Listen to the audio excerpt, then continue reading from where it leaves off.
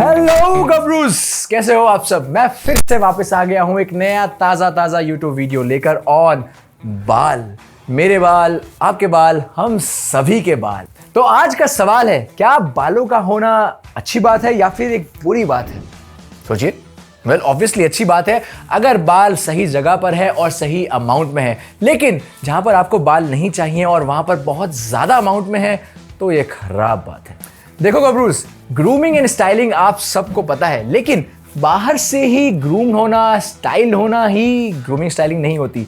अंदर से भी आपको नीट एंड क्लीन होना होता है। मतलब आपकी जो अनवांटेड हेयर है, जैसे छाती पे बाल, आर्म पिट्स पे बाल, प्राइवेट एरिया में बाल, जिससे आपको स्मेल की प्रॉब्लम, इरिटेशन, इचिंग, एलर्जीज, ये सब हो रहा है, तो बालों का होना सही नहीं है वहां पर। अब बात आती है उन बालों को हटाने की। जब हम घर पर होते हैं और उन बालों को हटाना होता है, ये बहुत ज़्यादा टफ टास्क होता है। आपको कट्स लग जाते हैं, आपको इरिटेशन होती है, आपकी स्किन खराब हो सकती है। तो क्या घर पर हेयर रिमूव करना सेफ होता है? देखो गबरूज, बहुत सारे रास्ते हैं, बहुत सारे मेथड्स हैं जिससे आप घर पर बैठकर बाल रिमूव कर सकते हो। आप ट्रिम कर सकते हो, वैक्स कर सकते हो, नॉर्मल शेव कर सकते हो, लेकिन क्या ये सब कंफर्टेबल होते हैं? क्या ये कोई प्रॉब्लम क्रिएट नहीं करते हैं? क्या ये बड़े ईजी होते हैं? चलिए बात करते हैं। तो शेविंग करना एक रास्ता है जिससे आप अपने हेयर रिमूव कर सकते हो, लेकिन जब आप अच्छे से शेव करते हो ना, तो आपको ये भी पता लगेगा कि आपको कट्स कितने लगे हैं। उसके बाद जलन होती है, उसके बाद बहुत जल्दी वो बाल वापस रीग्रो करते हैं और हार्ड भी होते हैं। तो ये एक प्रॉब्लम है शेविंग के साथ। और जो दूसरा ऑप्शन है वो है hair removal cream for main.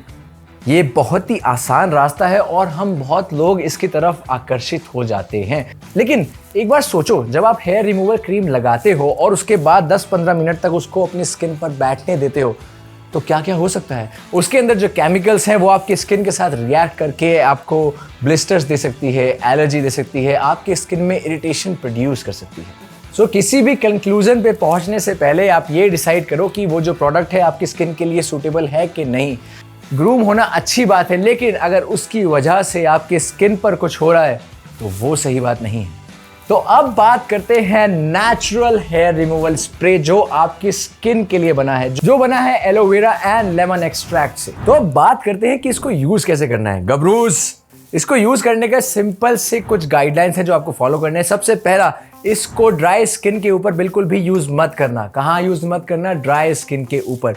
जिस भी पोर्शन के आपको बाल रिमूव करने हैं, फॉर एग्जांपल आपको चेस्ट के बाल रिमूव करने हैं, तो रनिंग वाटर के नीचे जाओ, शावर के नीचे जाओ, बॉटल को शेक करो, 10 से 15 सेंटीमीटर की दूरी पर रखो और डिओड्रेंट की तरह नॉर्मली स्प्रे करो। 10 से 12 मिनट रुको, स्प्रे को अपना काम करने दो। जो खुशबू आती है ना लेमनेड वाली, उसके साथ थोड़ा एंजॉय करो।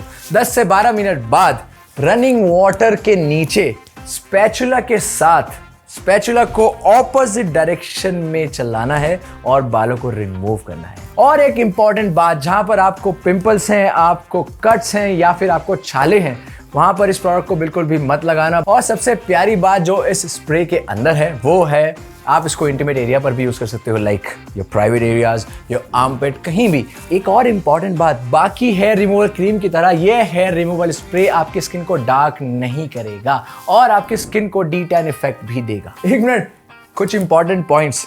जब भी आप इस प्रोडक्ट को स्प्रे करो तो 15 मिनट से ज़्यादा देर के लिए मत रखना, और जब भी आप हेयर रिमूव कर रहे हो तो स्पैचुला को ऑपोजिट डायरेक्शन में ही यूज़ करना।